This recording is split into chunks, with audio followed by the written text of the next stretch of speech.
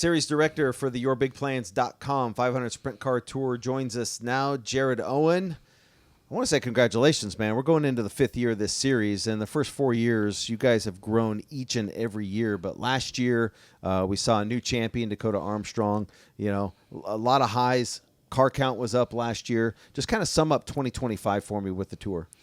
Yeah, when we first kind of got into this, there was a lot of kind of low-hanging fruit that we knew we could really improve on, and among other things why we wanted to do it. And I always tell people, they say running a series, I have a lot more respect now from doing. We always were on the racetrack side, and you kind of get year 1 and 2 in, and now 3, 4, and 5. This is when the hard work has begun. So we had a great 2025. We actually had the highest car count that we've ever had over average of those 9 races. So we were up over 21 cars, which is just fantastic to continue to see the series grow and what we're doing. And I mean, really, the goal and the hallmark of why we did this is we want to preserve and protect the Little 500 at Anderson Speedway. I mean, that's why we do this. That's why the series was very similar to what maybe IndyCar's done at the Indianapolis 500. We want to see 33 cars start 11 rows of 3 on Memorial Day weekend. So that's really what our goals are from the beginning and continue to do today. And that keeps you very busy, not only running the series, Anderson Speedway, and then the behemoth, if you will, that is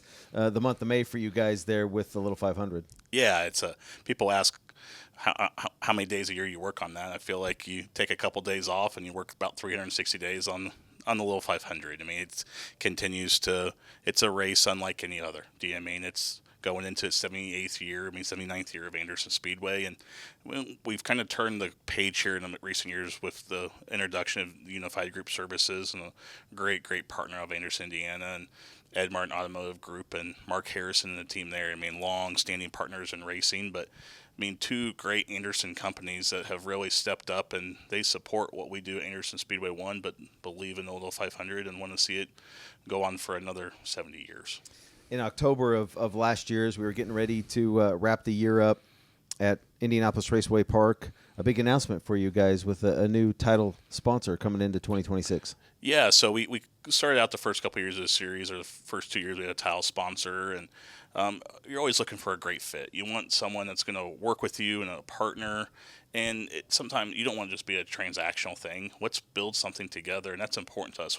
Pavement sprint car racing, we always talk about, is very fragile. I mean, it's great to see as the ecosystem continues to expand again here in the past year, 2 years. We need that, but we need great partners, and YourBigPlans.com and David Bird and the Bird Insurance Group and Nathan and Noah and Jonathan Bird, the whole family has been so supportive of racing for generations. Do you know what I mean? With their dad and everything that they did at the Indianapolis Speedrome, Indianapolis Motor Speedway, and the names of Rich Vogler. So it's just cool to kind of see, and then just their passion's contagious. Do you know what I mean? Anytime you talk to David or talk to both Nathan and Noah, and it's always funny. I mean, Noah's here talking with people today, and I didn't know Nathan had a twin brother, but he'll be at a lot of the races this year. It's just kind of fun to hear their passion and what they're trying to do. And it's a long-term relationship with us, so it's something that we can build on together. And it's really important. And they understand racing. They want to do stuff the right way. I mean, there will be a footprint at all the races this year and expanded merchandise and those types of stuff, which is really cool to be able to have and continue to grow what we are doing and continue to achieve those goals we have going into year number 5. Let's look at the schedule here a little bit. Obviously, the big historical events are back with the Glenn Nibel, the Tony Elliott, in no particular order here, Jared. Joe James Pat O'Connor Memorial will be back at Salem. But a new track this year, Jennerstown Speedway in Jennerstown, Pennsylvania. How'd that deal come together? Yeah, so we always kind of look at tracks, what would fit best, what we're trying to do with the Sprint Car Tour. I think you always want to try to keep it fresh. Give the drivers maybe a new place to go. We're kind of at a position where we can't, with everything we do at Anderson Speedway, we can't run a 20-race schedule. I just don't have we don't have enough weekends. There's not enough days in the year. So it's kind of come down to this 10 to 12 numbers where we've always ended up, and Jennerstown's kind of always been on our radar. We always kind of stayed within that 4-hour driving range from central Indiana. That's where a lot of the teams are based. But we are starting to see some growth in the Northeast, and we've talked over the years, hey, can we go run in the Northeast? I mean, Bobby Seymour would love me to call him today, like, hey, let's book 2 races, but you got to kind of make those stair steps. Well, Jennerstown's about a little over 6 hours from central Indiana, so you're kind of making that step that direction. I mean, absolutely fantastic facility. I was there for the first time. in early February and just met with the owners. And I called them up and said, "Hey, I'm going to be in the area for some other meetings. Can we sit down?" And I got there and I figured it was a Sunday night. Figured there'd be just maybe the marketing lady I've talked with and one of the owners. There's 3 owners there, the marketing director, race director. I mean, they are excited to have sprint cars. Wow, that's great. And sprint car country. I mean, we know it for the dirt Right, side, yeah, for but sure.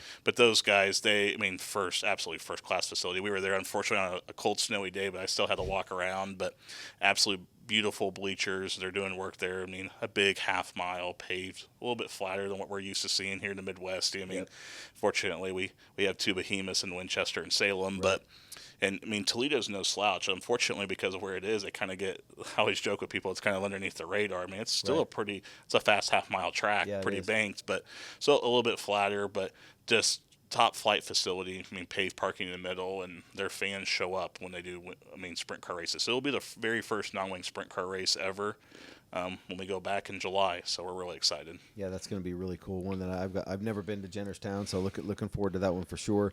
Also, switching gears a little bit, you brought Longacre on as I believe the tech area sponsor. Yep. So they were wanting to do some more. So, I mean, a Southern Indiana company, kind of with AFCO Shocks and that group, but they're our sponsor for all of our tech area for this year. And it's been a huge help. I mean, we continue to invest in equipment, and they've been upgrading scales and different things like that. It's been really nice to have. So, they're on board, and excuse me, they've been on board.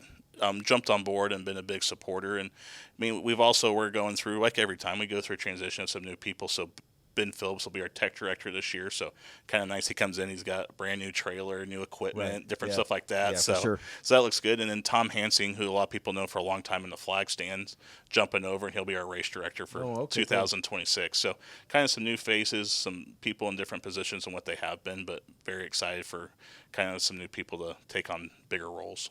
You guys also signed a multi-year broadcast agreement with Racing America, not only for 500 Sprint Car Tour, but all the Anderson events as well. Absolutely. Yeah, we've been lucky. We've worked with Racing America back actually before in the Speed 51 days on our stock car stuff at Anderson Speedway, and then up until recent years, and they've always bugged me, hey, if there's ever an opportunity, we'd love to do something with the sprint car piece. And we started talking back in the fall, and it really gained a lot of steam, and we're really excited. I mean, a long-term partnership with Colin Smith and the staff there, and Emily, they're just fantastic people. It's kind of like a homecoming of sorts for us. It's kind of nice. It's everything that we deal with all together, and just being able to continue to build on what we're doing. I mean, streaming to me is very important as the growth. We've talked about that before. It's another marketing tool to what we're doing, and something that we really need. So let's take a look at the lineup for 2026. Big dogs are coming back. You got the Santos, the O'Gara, the Swanson, the Rohrig. You got some new rookies, some fresh faces coming in that we may have seen before, like Shelbo or Grissom. But that ladder system, again, proving that it's a good idea to come through the Kenyon Midget Series and up into 500 Sprint Car Tour. But who are some of the faces we're going to have to keep an eye on this year?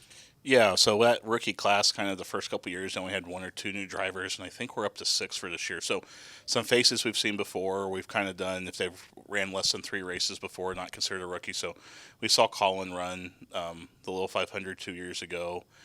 He ran the Tony Lake Classic last year, was extremely impressive. I mean, I've watched Colin run a very long time at Anderson Speedway in a modified and a Crown Vic and anything anybody will let him drive. Right. So one of those, I was a little scared to know what was going to happen. But I mean, truly, I got down out of the race, and after the race, the very first person I went and talked to was him. And I told him how impressed I was. So hopefully that can continue this year. Obviously, he has tons of laps at Anderson Speedway, right, so that helps. So hopefully, but their plans are to try to do the entire year. So go into places like Winchester he grew up at, but he's never seen the flat, tracks that we see in Michigan that obviously Tyler Horrig's really dominated, but some very different than what we see on the bank tracks around here. Olivia Shelbone, had that hard accident in practice at Toledo a couple years ago. Brand new car. Her dad drove it last year, and she's jumping back in the seat. Really excited to get on board. Rob Kiesling, another one he had that accident in the Little 500 qualifying years back, and he's chomping at the bit to run the whole season. So it's kind of cool to see those people. And Tony McVeigh, another veteran of the sport on the dirt side, came over, ran the last 2 races of last year and jumping in. I think the coolest story on the rookie side is we have two gentlemen from Washington State, of Chris Schmelzy and Chris. They're both named Chris. I forget, but they're coming together, and he's emailed back and forth with me for years. And sometimes in racing, you get like, man, are these people really serious about Right, doing yeah, this? yeah, Well, yeah. at Toledo, the showman walked up to me and he said, "Hey, I'm Chris Schmelzy." I'm like, I've emailed you all these years. It's Yeah. great. He's like, "Well, I'm coming out here because I want to see how you guys operate. I want to bring cars out next year." Okay, sure. He calls me again and he's like, "Hey, we're coming out for the first race of the year. We're leaving our stuff out there. We're going to run the whole tour, including the Wow. little 500." That's So great. it's really cool to have support like that. I mean, you think sometimes, obviously, we want this to be a nationwide thing, but Right. really people in Washington State watch us. Heck yeah, they do. Yeah, So yeah. it's really cool to have that really good, strong group of rookies wanting to come out here and do this. And I think it's fun to watch. It's a great storyline. I mean, as a broadcaster and Right, what we do, absolutely. it's something good for us to talk about. And you have that you have to have those veterans of the sport. You don't ever want to overlook that, but to have these new teams wanting to get involved just continues to grow what we're doing. And it's funny when I talked with Bobby Tyler and Cody Swanson, and I call them veterans. They don't wince, but like they don't feel like they are, Yeah. but they are the veterans. Depending on, doesn't even matter what their age is. They've been doing this so long that they are the veterans. They are the ones that Colin and Olivia are looking up to when they show up to the racetrack. So to have that, I guess, like, the difference between those guys, the new faces coming in, the people that we get to see from time to time, whether it's a Landon Butler, a Tony Main, Brady Allen, that come in and race with the series, it really is a good competitive group of drivers that we've had over the past 4 years. Did you think in 2022 there was going to be a 2023, and did we know? I mean, was there a long-term plan, like, okay, hey, we're going to do this, or let's just kind of see how it goes this year, and if we want to do it next year? Yeah, it was a kind of see how it goes thing, but we never really talked about, hey, what we're going to do next year. You just kind of kept working on it. Right. And kept working on it. And looking back on it, we were very, very lucky. We went into it we had the relationships and experience because of Anderson Speedway and the racetrack. Right. And we had a lot of tracks take out some big risk. I mean, Casey Kohler at the time was at Lucas Oil Indianapolis Raceway Park. We had been doing some stuff before. I mean, just a great relationship, but he's like, let's do this. I mean, one of the biggest advocates. I'll never forget a conversation that me, him, and Rick Dawson, owner of Anderson Speedway, had at the Anderson Speedway office. Like, hey, let's do this. I think this is something. And Jeff Striegel, I never met him before, called him up, and he's like, I want to be a part of this. I mean, it takes people like that Right. that first year to say, hey. And Jeff all the time, and he'll give me a hard time. Like, man, you guys are doing all these races. I was there first. I know, Jeff. You helped me a lot. So I've kind of cut back. We used to do 3, and it's 2. Now we're down to 1. But yeah, all the time, he's a little busy this year. They got a lot going on Right. up in Grand Rapids. But just great people. But and then on the driver side, I mean, a lot of these drivers took a risk. I mean, at the time, pavement sprint car racing had really they're outside the little 500, maybe running the Tony Elliott Classic. In all instances, was really dead. Mm-hmm. Do you know what I mean? And we had teams. I mean, Kyle Guerra went out and built a car and ran with us. Do you know what I mean? Donnie Adams has come back, and he went from running once a year, maybe. Now they're running every race, and they're now doing some wing stuff. So it's really to see that kind of change and have that. And then you have people like Cody Swanson. I mean, one of the most humble people we'll probably ever meet, but when he says he's going to be part of your series and goes out there and runs, he's never missed a race actually in the first 4 years. He doesn't like me to say that because he's actually missed Silver Crown races in that time, and now being the director, we can't he's like that being talked about, but Yeah. him and Justin Harper actually have never missed a race in all of the races we've ever done in the first 4 years of the 500 Sprint Car Tour. That is so important when you have someone like him and the credibility he brings. It brings credibility back to Right. what we're doing and everything with the Your Big Plans 500 Sprint Car Tour. I wanted to ask you about a moment that we had a couple of years ago at Salem when Taylor Ferns goes to victory lane, not only to become the first female to win with the 500 Sprint Car Tour, but the Joe James Pat O'Connor Memorial, such an iconic race, memorializing those two guys at that historic racetrack. What was that like for you guys to go like, oh wow, we're witnessing something that, I mean, would it ever have happened? I don't know, but she put a whooping on him, kept Cody off the back of that race car, and went to victory lane. And just a historic moment. It felt like at the time. Yeah, it's just something that you don't even think about. And I think so much in this business, I'm always thinking ahead. What's next? What's the next goal? What do we need to achieve? And you look back, you're like, man, that was really something. That was a special moment. And I mean, just talking with her today and hearing her recount Salem Speedway and that win, I mean, that was life changing for her, and it was life changing for that race. I mean, you look through the history books. I mean, you hear the Foyts and the Parnelli Jones and Andretti. I mean, the people that have won that race, just absolutely incredible. And it means a lot to me. I enjoy the history of the sport. It means a lot to me. The Little 500, I mean, we have done it's important to me to keep the results and the statistics for that race up to date, and they've done the same with that. I mean, those are the two oldest non-wing sprint car races in the United States, and we have them both on our schedule. That's important to us and what we're doing.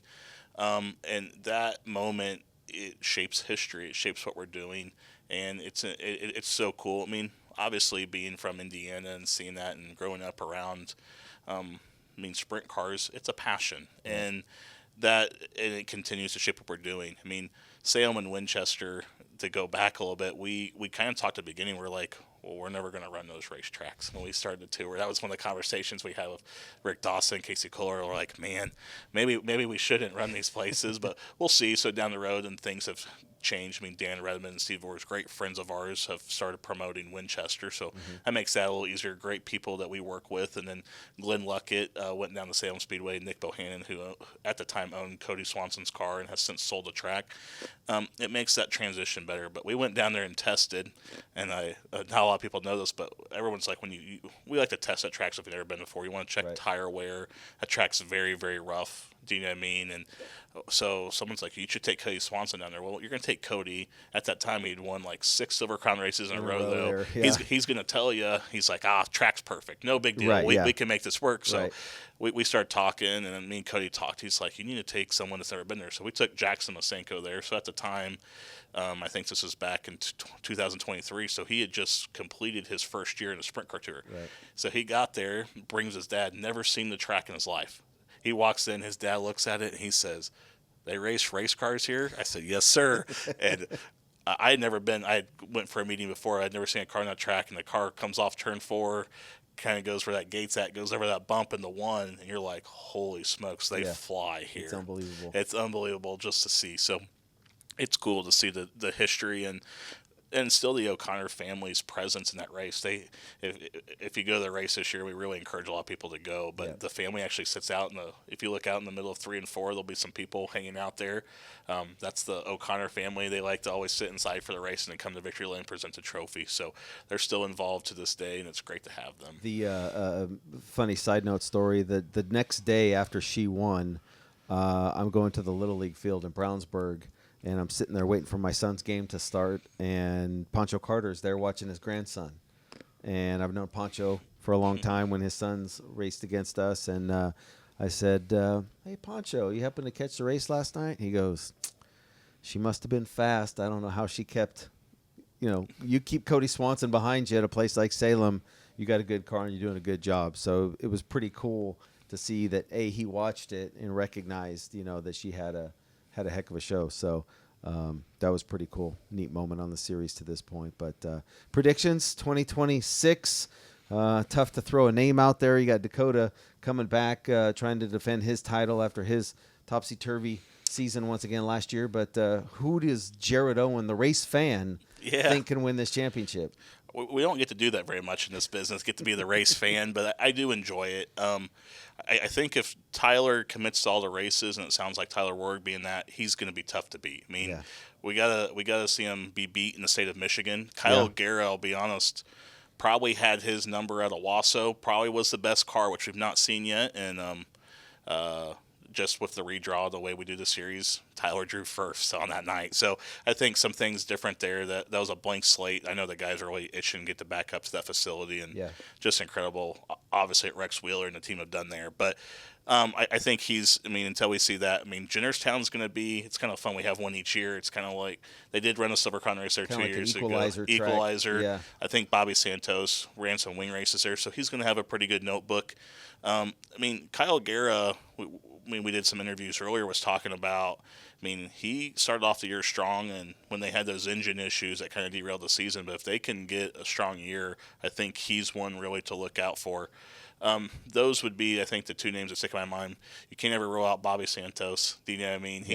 He kind of seems like he goes up and down, but I would say he's on the up. He's running a lot of races this year, probably more than he has in the past 10 years between the Silver Crown and all the sprint car stuff. So, but he's got a good team behind him. They're not afraid to go to work, so that's good. And I mean, I think someone like Jackson Masenko is really interesting to me. Someone that's been cool because we've seen him since he kind of grew up doing what we're doing, and in the Kenny Midget Series, and got that second place finish at Anderson last year. That I think a team like that gets that first win. That was my next question. They really propel in that direction. So I think the title, I think Dakota Armstrong and Tyler Rogue are probably the two up there. If Cody does run all the races and he's taking on more roles on the Silver Crown side, that might depend. But those two seem to have it figured out right now consistently. And when you look at the schedule, it's one of the most diverse schedules really in all of racing. I mean, you got the short track of Anderson, but you go to the big half miles and flatter tracks up in Michigan, and then you have Raceway Park, which is kind of throws a wrench in everything, and being the championship race. So. Right. Yeah. No, it's looking to shape up to be a good year. You've got a lot of stuff to do between now and April 18th, though, I believe. You're right. We have a lot to do, and hopefully the weather turns better in Indiana. It's been a very cold, snowy winter, and it's kind of turned when it got warm here to just rain. So we're going to need a little luck on our side, but we'll be ready to go. All right. Well, thanks so much for taking the time to sit down with us here today, and we'll see you in April at Anderson. Awesome. Thank you so much. And that's your series director for the YourBigPlanes.com 500 Sprint Car Tour, Jared Owen.